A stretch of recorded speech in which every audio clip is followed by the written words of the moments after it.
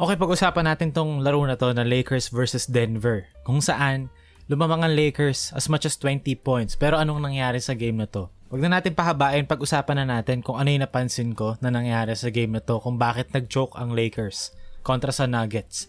Noong first half and even third quarter, nung nakabuo sila ng malaking lamang, ang talagang pinupuntahan ng Lakers, si AD tsaka si LeBron. LeBron was getting downhill plays and si AD naman nakakakuha ng paint touches. Kung makikita natin sa play na to, okay, D'Lo, LeBron, and AD.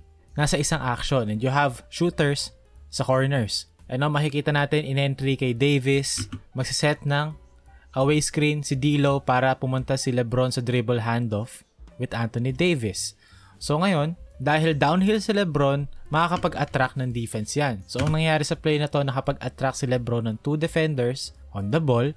So now there's an advantage here. Anthony Davis magdadive sa basket against Jamal Murray and meron kang shooter sa corner for kick out. Magne-nail na help dito si KCP pero hindi enough yun kasi si AD yan ang laki na yan Yung paint touch ni AD, pag nakapunta yan dito, dun talaga nakakapag-generate ng advantage ang Lakers. Kung makikita natin, pinasa ni LeBron kay AD and 1. Paint touch from AD, downhill play from LeBron. Okay? Dito naman, spread pick and roll, AD and LeBron, again, putting Jokic as the defender. Now, kung makikita natin, LeBron, again, downhill si LeBron. So, naturally, makakapag-attract ng attention from the defense si LeBron and pag-roll dito ni AD, okay, ngayon si Jamal Murray, mapupunta sa sitwasyon na ang babantayan ulit niya, dalawa. It's either mag-help ka kay AD or magsistick ka sa shooter na si Reeves.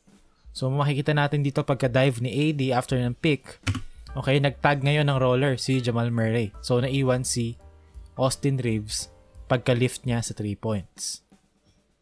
And again, ang nangyari doon sa play na yon, ang common team natin ngayon today, LeBron downhill, AD paint presence, and LeBron playmaking. So, yun yung tema kung bakit nakabuo ng lamang ang Lakers.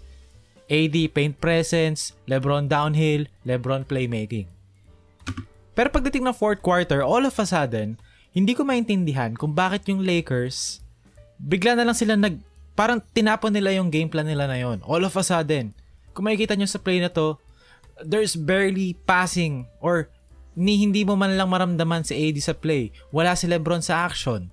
Kaya nag-aayos si Austin Reeves. Even though na-shoot niya yon, hindi yun yung tira na talagang gusto mong ma-generate. Especially kapag may momentum yung kalaban mo na Denver Nuggets na, diba, superior offensively. Kung makikita natin again dito, okay, may advantage dito si Austin Reeves against Jokic. Alam nating lahat yun. Kayang-kaya niyang atakihin si Jokic. Kayang-kaya niyang atakihin yung defense ni Jokic. And probably kapag nakapag-blow by si Austin Reeves, whether pakaliwa or pakanan, magdi-distort yung defense and malilibre yung shooters mo probably. Either D'Lo or si Hachimura, depende kung sino mag-help.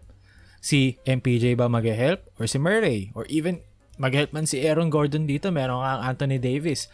Pero, hindi yun yung gusto mong play na i-generate sa ganitong sitwasyon. Kasi kung makikita natin dito, nag-help si MPJ, libre si Rui Hachimura.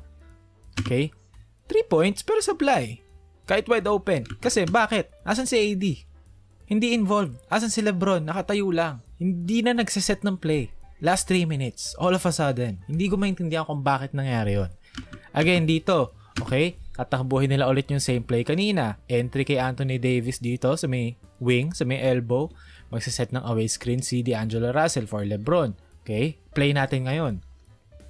Magsiset ng backpick si D'Lo. Magka-cut si LeBron. Magta-twirl pabalik si D'Lo. So, there's going to be a screen from AD. Ngayon, si D'Lo ang downhill. And wala si LeBron sa action. So, ngayon, hinanap ni D'Lo si LeBron. Wala ngayong pasa. So, ngayon, may 8 seconds ka na lang sa shot clock. Anong gagawin mo? Mag-isolation ka na lang ulit. Bahala na. May kita natin dito, Austin Reeves pull up 3 sa Bly. And again, sa play na yon, hindi natin nakita si LeBron pa downhill. And hindi natin naramdaman yung paint presence ni AD to distort Denver's defense.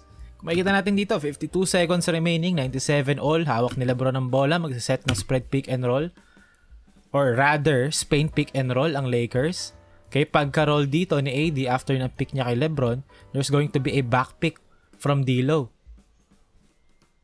Makikita natin dito, nag-set ng Spain, back pick, libre si LeBron sa drive. Anong nangyari? Bakit sila nakascore? Kasi, Again, you have AD's paint presence, you have LeBron going downhill. Kung makikita nyo yung defense, nagkakagulo sila sa ilalim. Meron kang wide open Hachimura if ever lang. Meron kang Dilo na nagpap-up dito sa 3 points. Pero no fourth quarter, bihira lang na ginawa yan. Hindi nila ganong kinapitalize yung advantage nila na yon in the first place. Na yun yung reason ba sila nakabuo ng lamang. And again, dito makikita natin, ito yung final play, 99 all, 5 seconds remaining. Nag-set ng 77. Ang Denver, double screen yan for Jamal Murray. Nag-hedge dito si D'Angelo Russell, sabi magsiswitch AD kay Jamal Murray. Okay ka lang dyan, kasi si AD yan eh. Pero may mga times talaga, yung mga ganitong tira, shoot lang talaga. And props to Denver. They've defended the Lakers well. Tinanggal nila yung advantage ng Lakers. Pwede nating sabihin na coaching problem din, galing sa Lakers kasi bakit bigla na lang nawala yung play?